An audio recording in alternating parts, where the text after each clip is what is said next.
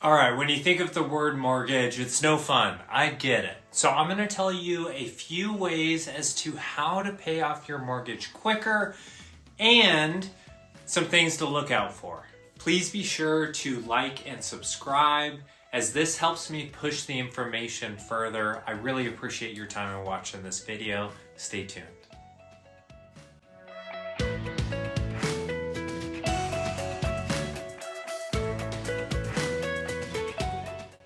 One big misconception that I hear all the time is when someone got a mortgage in 2022 and their interest rate is 3%. First of all, congratulations, because those aren't available anymore. But if they've got a 30-year fixed rate, 3% interest rate, and they want to pay off their loan faster, I get asked, is it wise to refinance at a 15-year term?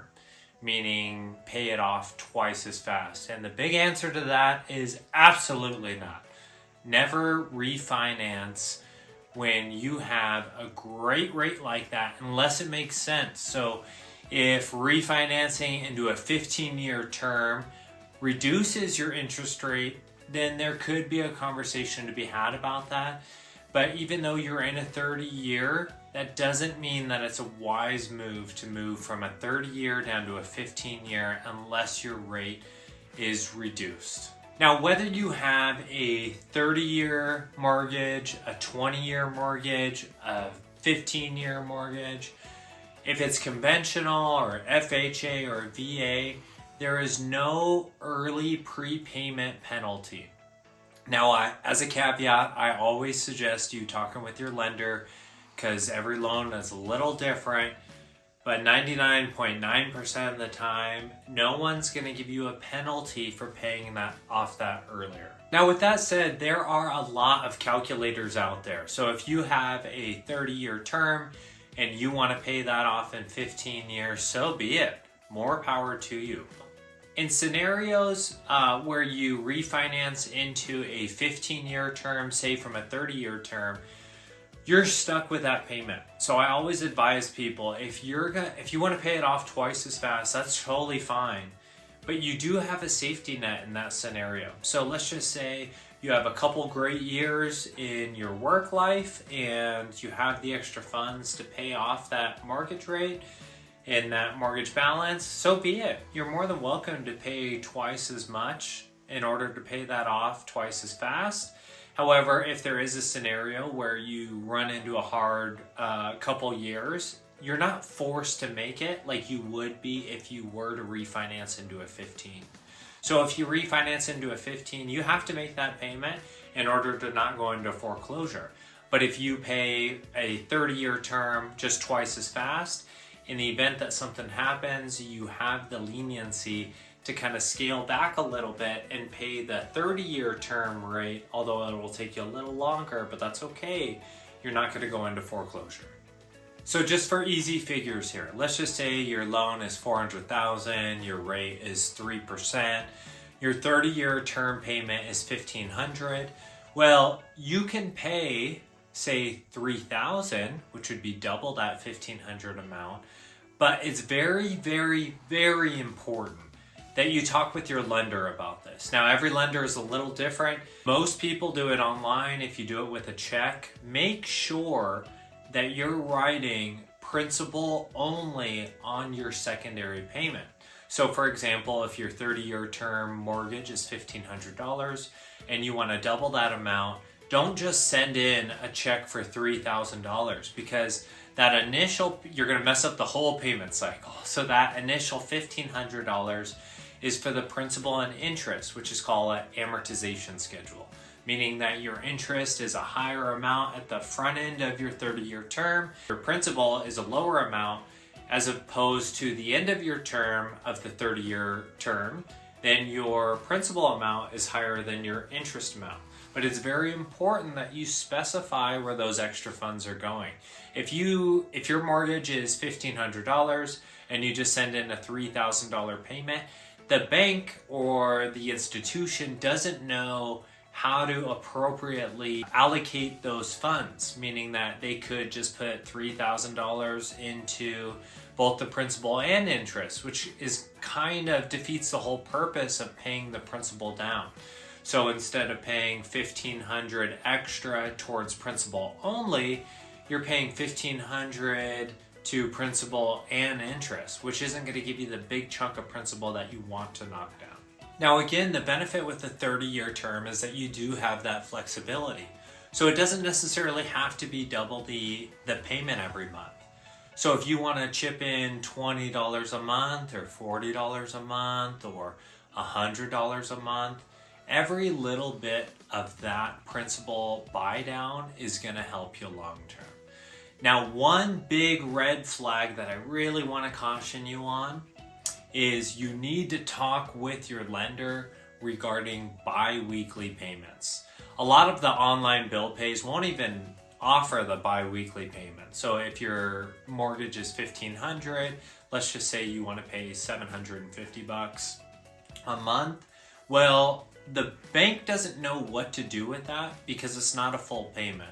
So it's very, very, very important that if you decide to do that and you want to make bi-weekly payments, that you have to communicate that with your lender. I've seen people that get into foreclosure issues because these checks, they're not a full payment amount. So the bank has no idea how to allocate these funds appropriately. So make sure that you watch out for the bi-weekly payments.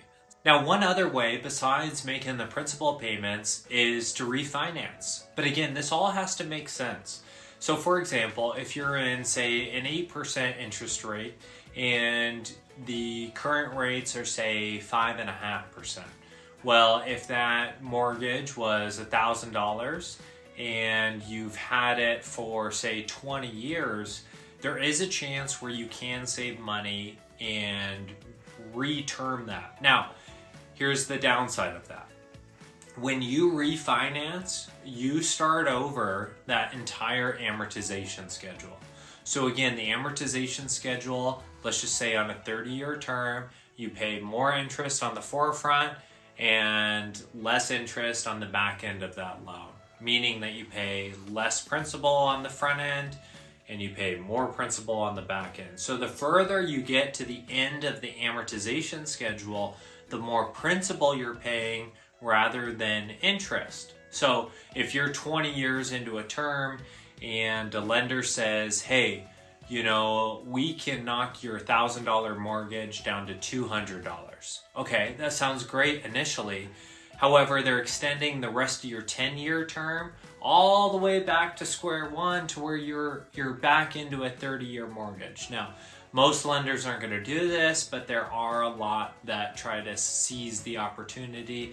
And sometimes it does make sense if you're trying to reallocate funds, say with like a high interest credit card or what have you.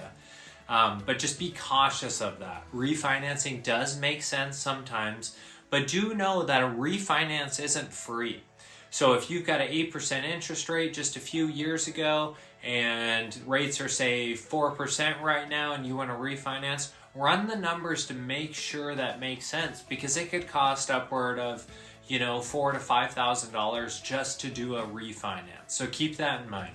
Say you're in a situation where you get a huge bonus for the year, or you get an inheritance from a family member that has passed away, and say you've got $100,000 that you want to put into your mortgage and pay that down in order to make a lower payment. This is where you need to call your lender, because when someone wants to pay down a significant amount, first of all, you want to make sure that it goes towards principal only rather than principal and interest. And then additionally, a lot of people think that, if you're going to make $100,000 payment, just a big sum of money payment to the mortgage, that your payment is going to be less. And that's not the case. What they use in that scenario is called a recast. So the lender is going to recast it and then come up with a new payment. Now, the problem with that is that not every lender does that. In fact, a lot of people don't recast the payments. They either recommend a refinance if it makes sense, or your principal amount is just going to go down X amount. So FHA and VA, you cannot recast a payment on there. And a lot of conventionals won't even recast. So that is a lender specific option on whether or not they can or cannot do that for you. So if they can't recast it, your only option for getting a lower payment would be to refinance.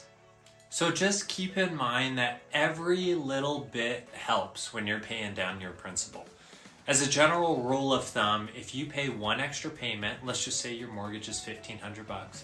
If you pay one extra payment a year, so say 13 payments a year, but you allocate that extra payment towards principal only, you're gonna knock it down from a 30-year term down to a 23-year term. I hope you find that valuable. If there's anything I can do to help you out, please don't hesitate to reach out. If you need a good lender, I have a lot of great professionals in my network that I can line you up with just for questions or concerns or anything that you need specified from this video. Thanks so much for watching. Have a great day.